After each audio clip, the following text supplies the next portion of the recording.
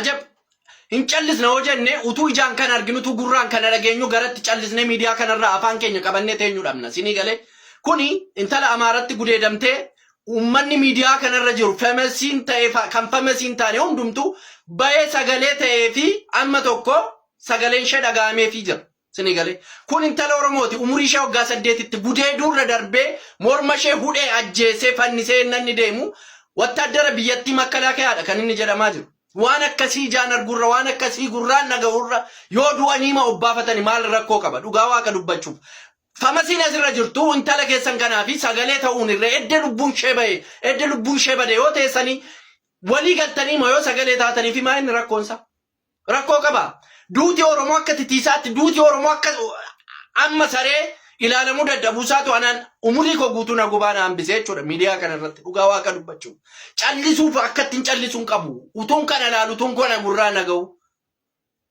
rabbii fedhaa dhiisaa Oromoo kana ajjeesuurraa lakkisaa dhiisa waaqaa sodaadhaa yoo nama sodaachuu dadhabdan yoo nama tuffii malee teessanii ta'e ummatuma Oromoo kanarraa du'a kana dhaabaa rabbiidhaati mucaa kichuu mucaa maatii ishee ilaaltee hin quufne mucaa nyaattee hin quufne mucaa ganaa ola deemtu mucaa maatii ishee adda baastee hin beekne akkasittiin gudeedee innanni saqqalee ajjeesee deemu ilaaluurra dhugaa waaqayyo lubbuudhaan baduu namaa wayya dhugaa rabbii dubbachuuf baay'eema tokko miidiyaan kuni waanumti Oromoo irratti ta'u waanuma nama lubbuma waan nama of ajjeesisudha dhugaa waaqa dubbachuudhaaf. Gadda laphee nama cabsu waan baay'ee nama gaddisiisu ay jireenya biyya keenya daa'ima xiqqoo hoggaa 10 hin guunne tana gudeedanii mukatti fannisanii godda suukanii saraan ajjeesanii baay'ee nama gaddisiisa. Ashamaa akkam jirtu hordoftoota kabajamtoota chaanala kootii kan biyya keessaa kan biyya alaa bakka jirtanitti nageenyi waaqayyoo isin haa wayyatu akkam jirtu isin jecha egaa hordoftoota kee warroon immoo chaanala kee afaaraa taatan sabskraayibii sheerii laayikii gochuudhaan jajjabeessaa isin jedha warreen jajjabeessan immoo galatooma ulfaadhaa isin jecha egaa har'a immoo waan baay'ee nama gaddisiisu waan baay'ee laphee nama cabsuudha. Dhugaa dubbachuu fi namoonni hundumti keessanuu akka miidiyaa qabdanii daa'ima xiqqoo tana sagalee haa ta'an biyya keenya keessatti wanta akkanaa kun yeroo baay'ee deddeebi'aa jira. Akkuma ji'oota darban keessatti daa'ima waggaa 8 waggaa 7 akkas immoo gudeedanii lubbuu dabarsanii jiru. Ammas tanas immoo gudeedanii lubbuu dabarsan jechuudha.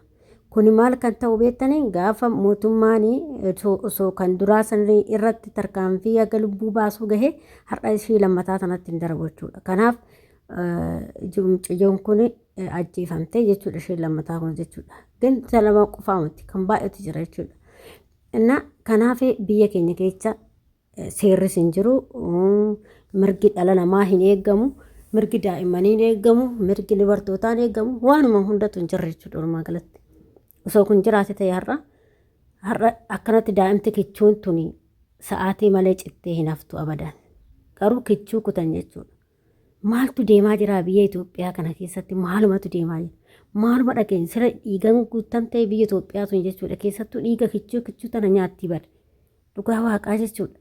Anis kan na ajaa'ibu warruma dhiiraa kana mee amma daa'ima ta'e tana ilmoo ta'e tanatti yoo atumti zaqqii hiikkattu ati dhiiramoo ati sareedhamu gadheedhamu maal siin jedhu yaa rabbii kooti na baasi. Amma baay'ee ulfaataadha dhugaa dubbachuuf jechuudha. Kuni gara jabummaa ilma namaatti agarsiisa.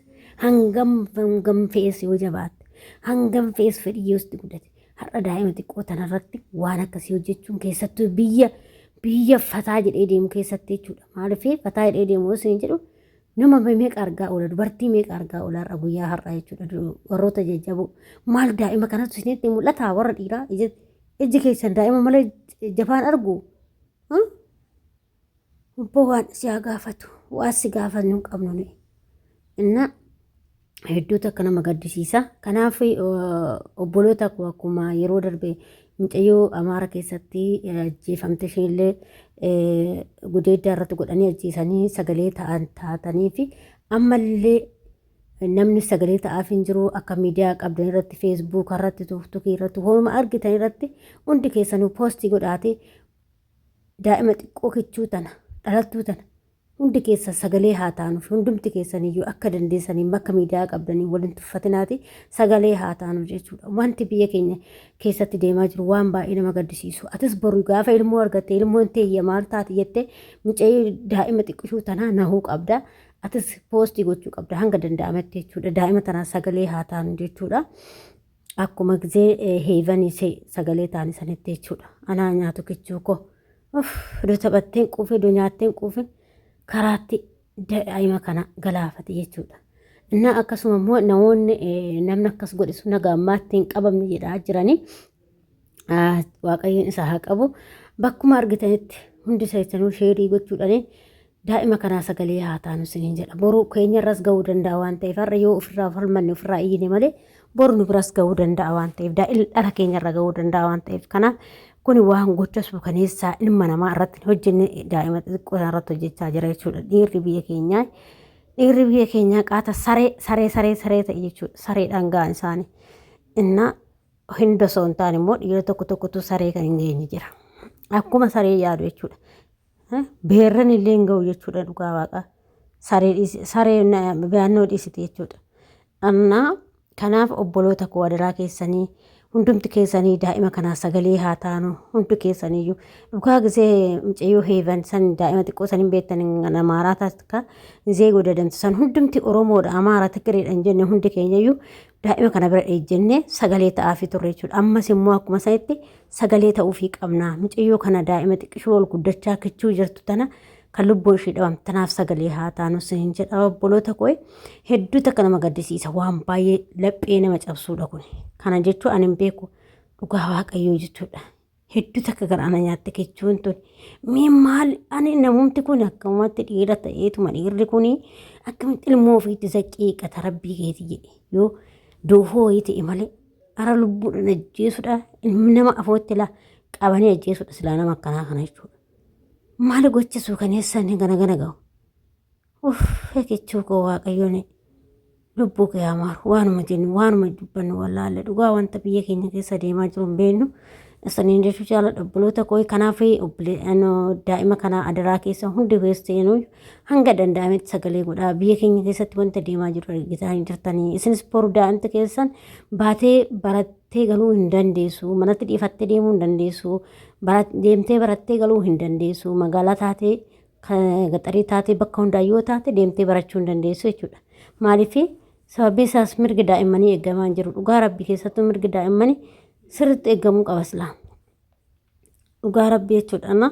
Kanaaf adaraa hundumti keessa haga danda'ametti waan qabdan irratti sagalee ta'uuf yaada akkuma warra amaaraa gizee samicoo san luka takkaan dhaabanii akkas godha sanaan keenyallee akkas godhaa keenya walirra rabsuu wal qeequu malee waan akkanaa irratti hojjechuu hin danda'anii godhe kutaaf amantaadhaan wal qoodu gizee kanaa kana keenya jechuudha. Dhugaa sanii jedha sa'aatii kanatti immoo daa'imti kun kan amantaaf kutaa wal qoodanii miti.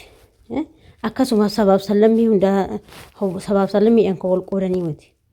Ani saba Oromoo ta'an saba sargeetu sun taane daa'imti kun kichuudha. Kichuu wanti isheen beektu hin jiru waan ta'eef kutaa amantaadhaan sabaa waliin qoodin hundumti ilmi namaa jechuudha sagalee walii ta'uudha. Akkuma gizee heefanii taa'an sanitti yeroo samicoo sun heefasuun xiqqooshuun amaara garuu hundi keenyayyuu boonyee daa'ima san jechuudha. Boru wannis daa'ima arganna waan ta'eef kanaaf akkasitti sagalee haa taanuuf isiniin jedha daa'ima kana kichuu tanaaf bushee tanaa isiniin jedha waaqayyo jannataas yaa qananiisu kichuu ta'ee waan jedhuun qabu waa'ee tokko garaa nama nyaatti.